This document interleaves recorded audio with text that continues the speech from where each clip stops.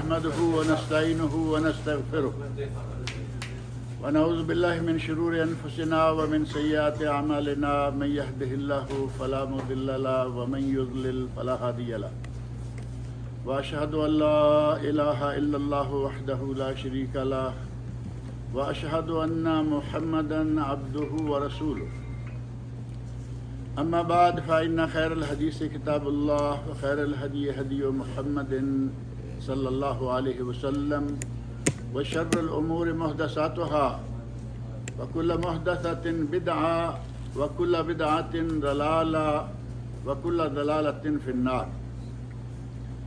رب اشرح لي صدري ويسر لي أمري واحلل عقدة من لساني يفقهوا قولي. رب أعوذ بك من همزات الشياطين وأعوذ بك رب أن يحضرون. أعوذ بالله السميع العليم من الشيطان الرجيم. شهر رمضان الذي أنزل فيه القرآن هدى للناس وبينات من الهدى والفرقان فمن شهد منكم الشهر فليصم. اللہ رب العزت کی ہم پر بے شمار نعمتیں ہیں، اس قدر نعمتیں کہ اگر ہم انہیں گننا بھی چاہیں تو نہیں گن سکتے. قرآن کریم میں اللہ رب العزت نے دو جگہ پر ارشاد فرمایا ہے وَإِن تَعُدُّوا نِعْمَةَ اللَّهِ لَا تُحْصُوهَا. اگر تم اللہ کی نعمتوں کو گننا بھی چاہو تو گن نہیں سکتے.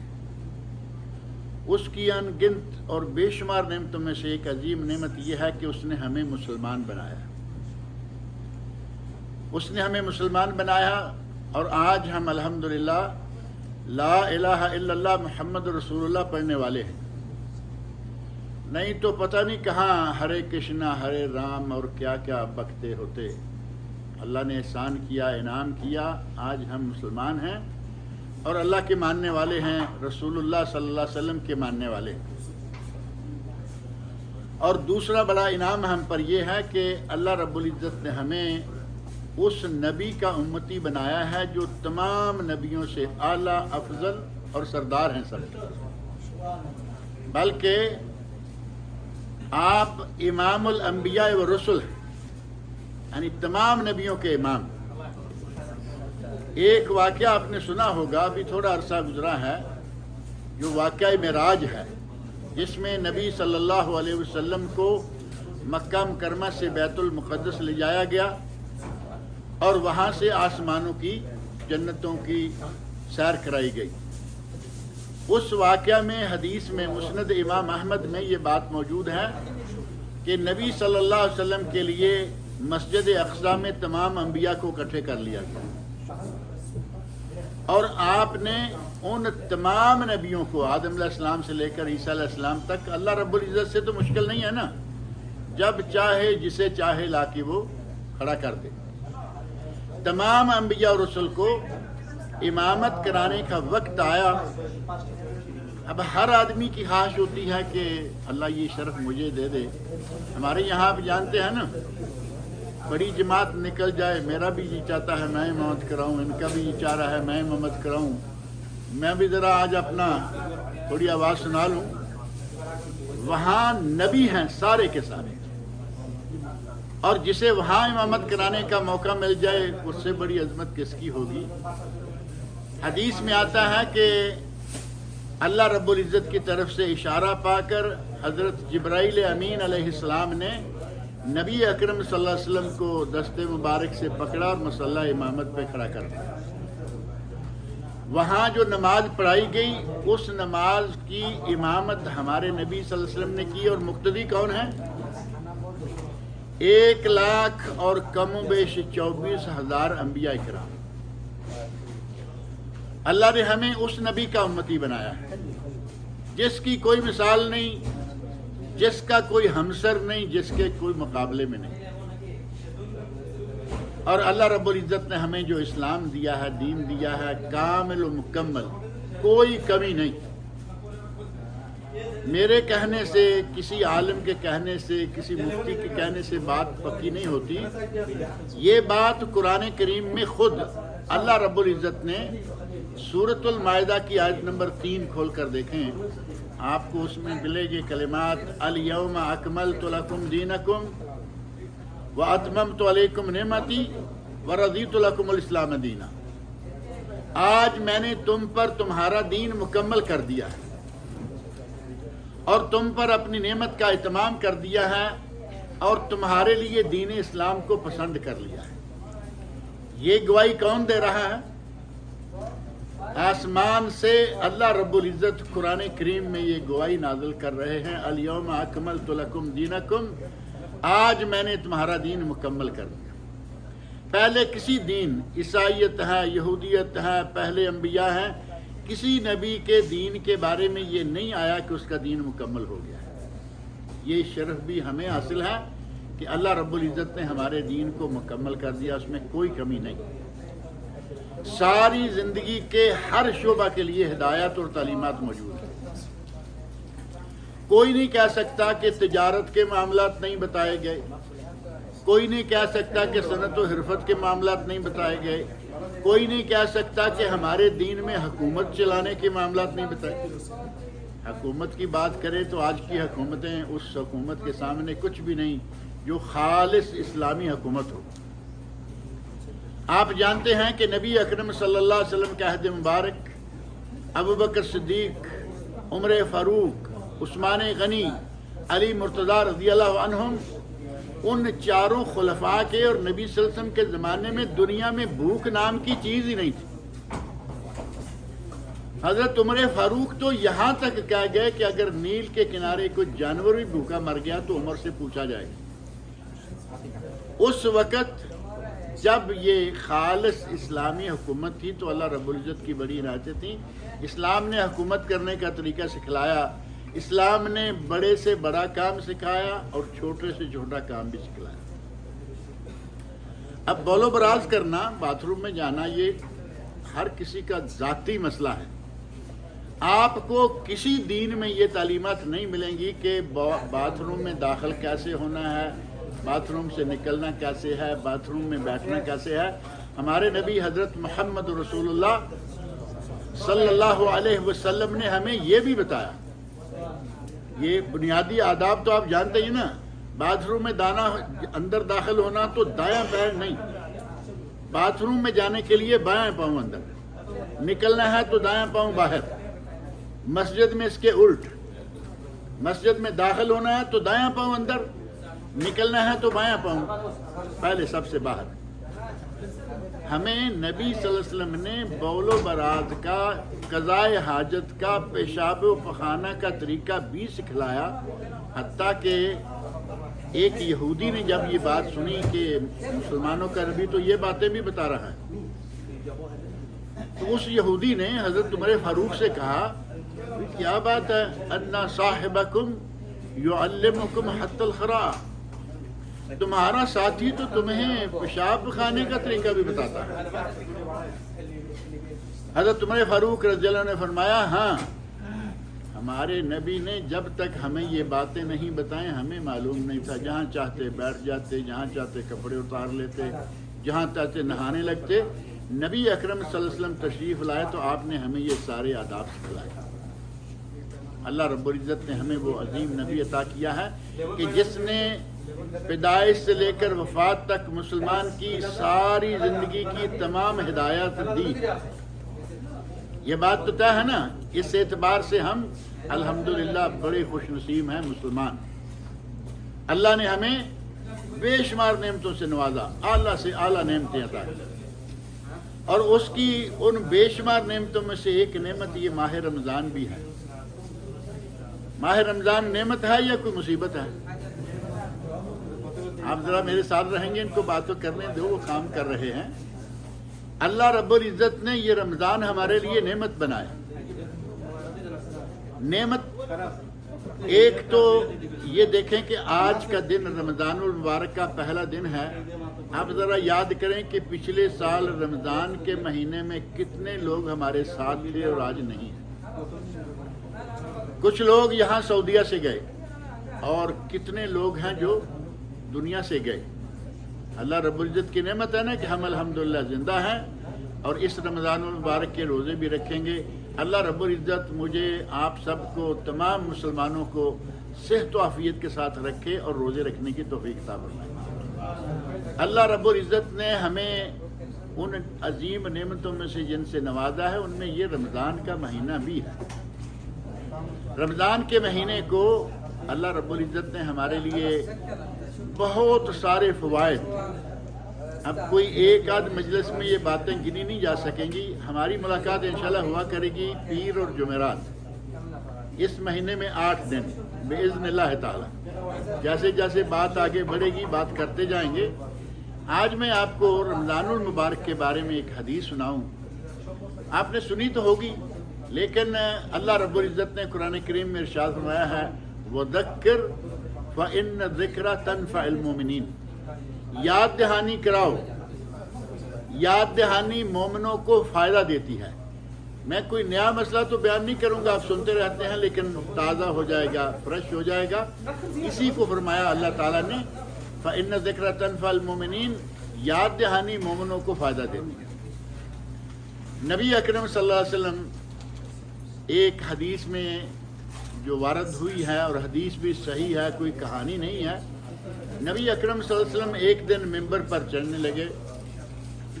حسب عادت آپ جمعے کا خطبہ ممبر پہ کھڑے ہو کے دیتے تھے۔ آپ کو معلوم ہے کہ کچھ عرصہ پہلے ممبر نہیں تھا، اور اس وقت آپ خطبہ کہاں دیتے تھے؟ کھجور کا ایک تنا تھا، اس تنے کے ساتھ ٹیک لگا کے آپ خطبہ دیا کرتے تھے۔ اور دیکھیں نبی پاک صلی اللہ علیہ وسلم کا مقام، نبی پاک صلی اللہ علیہ وسلم کا جمادات کے دل میں احترام کتنا تھا۔ وہ لکڑی کا تنا ہے، درخت کا تنا، اس کے ساتھ آپ ٹیک لگا کے، جیسے یہ ستون ہے، میں ستون کے ساتھ کھڑا ہو جاؤں۔ نبی صلی اللہ علیہ وسلم نے کچھ عرصہ تک اس ستون کے ساتھ ٹیک لگا کر خطبہ دیا، اور پھر بعد میں ممبر تیار کیا گیا۔ جب ممبر تیار ہو گیا تو ظاہر ہے کہ اب آپ ممبر پہ تشریف لے آئے، ممبر پہ کھڑے ہو کے خطبہ دینے لگے، تو یہ جو ستون ہے لکڑی کا، اس میں سے رونے کی آواز آنے لگی۔ ہمیں یہ بات سمجھ میں نہیں آئے گی کیونکہ لکڑی کیسے روگی۔ صحیح حدیث میں یہ واقعہ موجود ہے، لکڑی سے رونے کی آواز آنے لگی، اور نبی اکرم صلی اللہ علیہ وسلم بات کو سمجھ گئے کہ یہ اس لکڑی کا اور میرا جو فراق ہوا ہے، میں اس کے ساتھ جڑ کے خطبہ دیا کرتا تھا، آج میں اس کو چھوڑ کے یہاں آ گیا ہوں۔ لکڑی کے تنے نے رونا شروع کر دیا۔ آپ ممبر سے نیچے تشریف لائے، تنے کے پاس آ کے کھڑے ہو گئے، جیسے بچے کو ماں کرتی ہے، بچے کو باپ کرتا ہے، پیار کرتا ہے، شفقت کی، اور اس کی آواز بند ہو گئی۔ پھر آپ ممبر پر تشریف لے گئے، اور اس کے بعد ہمیشہ آپ نے ممبر پر درس دیا، ممبر پر خطبہ دیا، ممبر پر وعظ فرمایا۔ ایک دن آپ ممبر پر تشریف لے جانے لگے تو سیڑھی پہ پاؤں رکھا، پہلی سیڑھی پہ پاؤں رکھا تو فرمایا آمین، دوسری سیڑھی پہ پاؤں رکھا تو فرمایا آمین، تیسری سیڑھی پہ پاؤں رکھا تو فرمایا آمین۔ 3 سیڑھیاں، تینوں پہ پاؤں رکھا، تینوں پہ باری باری کہا آمین آمین آمین۔ اور اس کے بعد آپ نے وعظ فرمایا۔ وعظ کے بعد آپ نیچے تشریف لائے تو صحابہ کرام کہتے ہیں یا رسول اللہ آج کوئی نیا کام ہوا ہے، کیونکہ پہلے تو کبھی ایسا ہوا نہیں، کیونکہ وہ تو پہلے بھی سنتے تھے۔ آپ نے فرمایا ہاں۔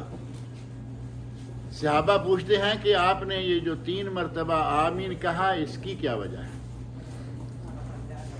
نبی اکرم صلی اللہ علیہ وسلم ارشاد فرماتے ہیں کہ میں نے جب ممبر پہ چڑھنے کا ارادہ کیا تو حضرت جبرائیل امین میرے پاس آ گئے۔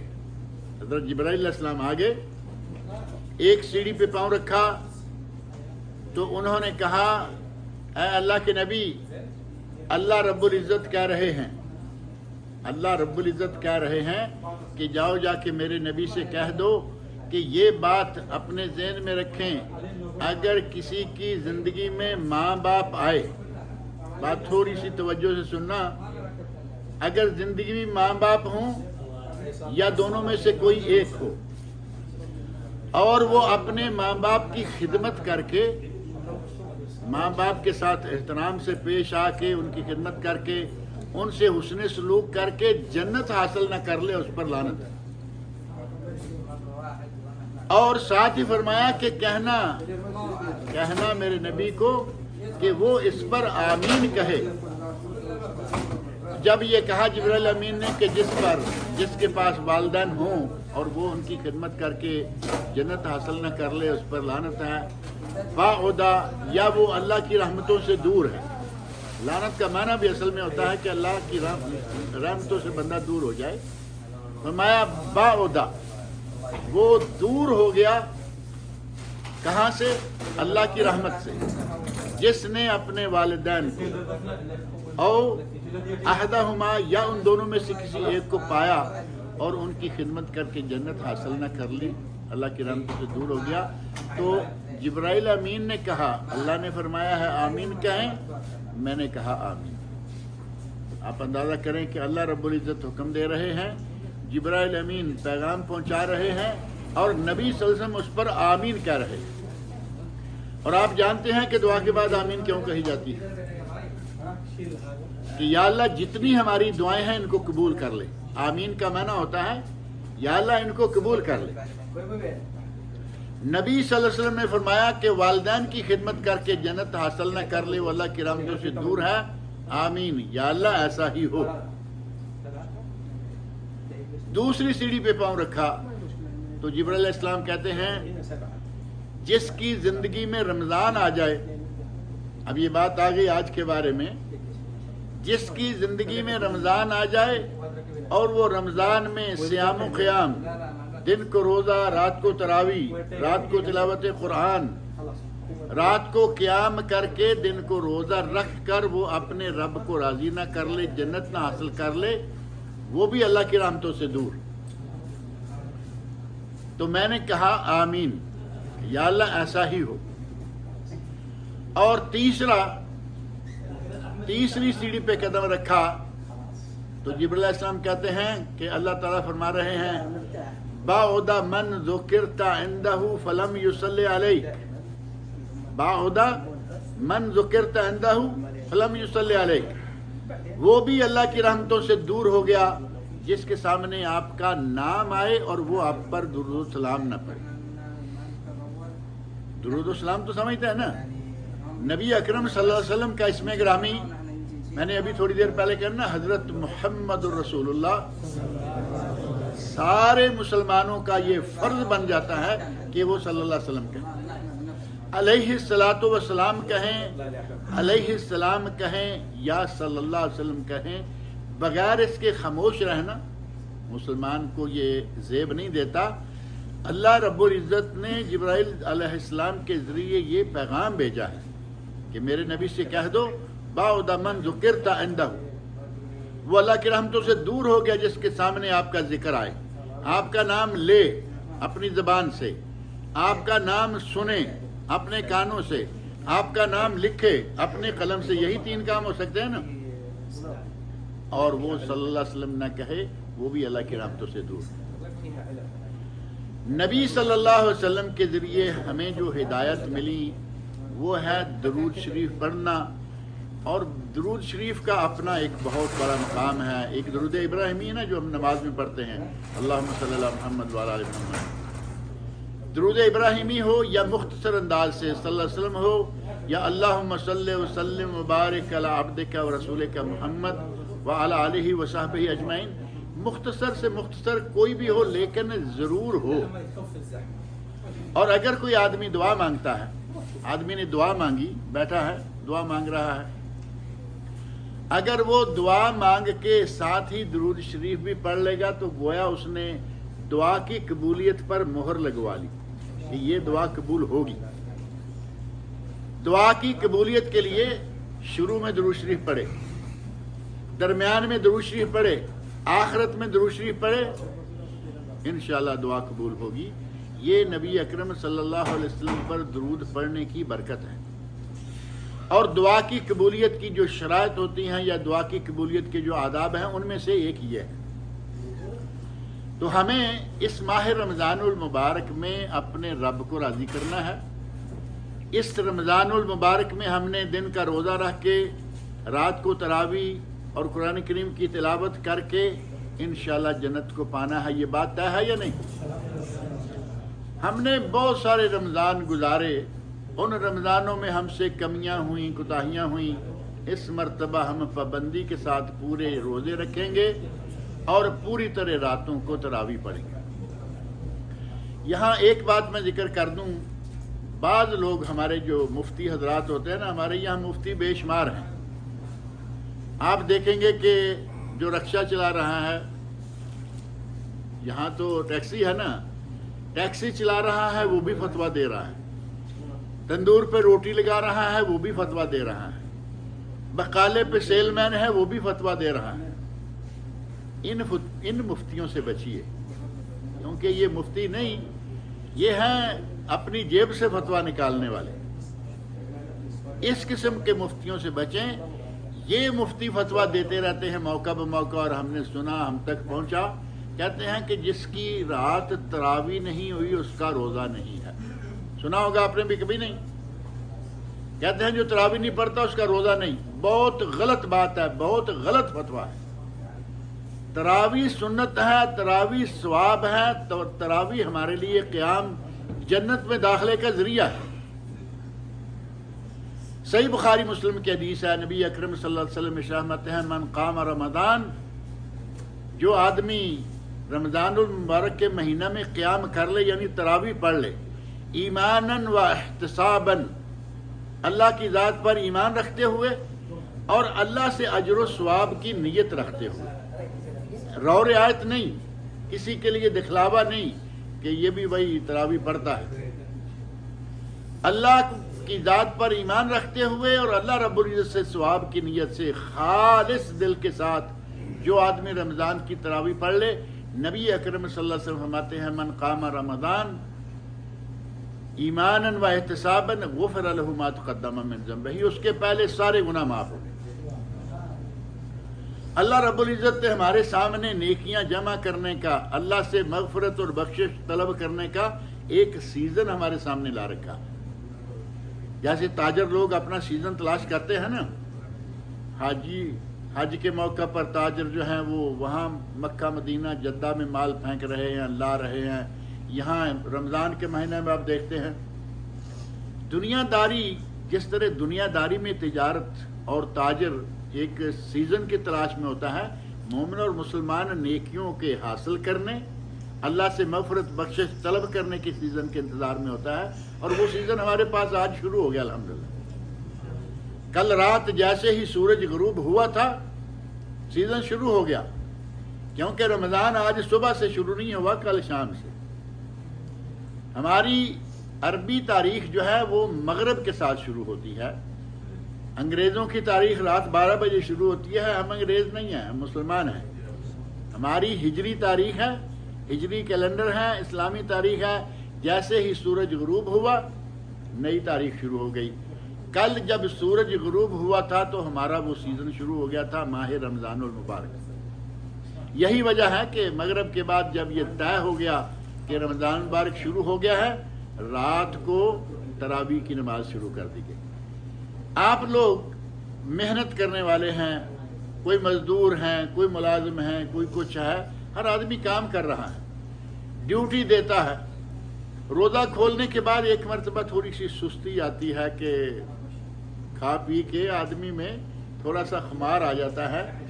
آدمی کہے کہ چلے دیکھیں گے، تراویح دیکھیں گے، تو یہ تو ناجائز ہوگا یا نہیں؟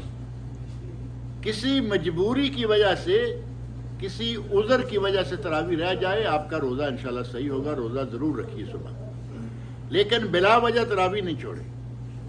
من قام رمضان ایمانا و احتسابا غفر له ما تقدم من ذنبه. کچھ لوگوں کو تراویح کے بارے میں دیکھا گیا ہے کہ فرضوں میں 4 رکعتوں میں شامل ہیں، 4 رکعتیں پڑھ لیں، 2 سنتے بعد میں ہیں وہ پڑھ لی، اور اس کے بعد تراویح شروع ہو جائے گی. اب جو تراویح شروع ہوئی تو 2 رکعتیں پڑھی اور نکل گئے. کسی نے 4 رکعتیں پڑھی اور نکل گئے. مسجد میں آپ یہ منظر دیکھتے ہوں گے، ہر مسجد کا یہی حال ہے. تراوی 2-4 نہیں، جتنی تراوی امام پڑھے گا آپ کو اس کے ساتھ رہنا چاہیے۔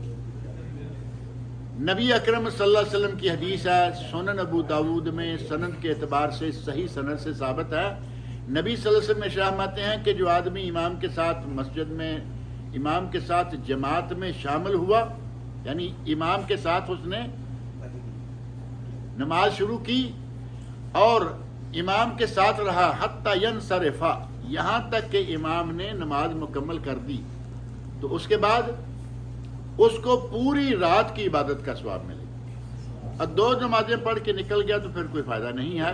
وقت ہو گیا روزہ افطار کرنے کا۔ اللہ رب العزت میرا اور آپ کا روزہ قبول فرمائے، سارے روزے رکھنے کی توفیق عطا فرمائے۔ تھوڑا سا وقت ہے، اس کی دعا کر لیں آپ لیے سارے، اللہ رب العزت خیر کے ساتھ سارے معاملے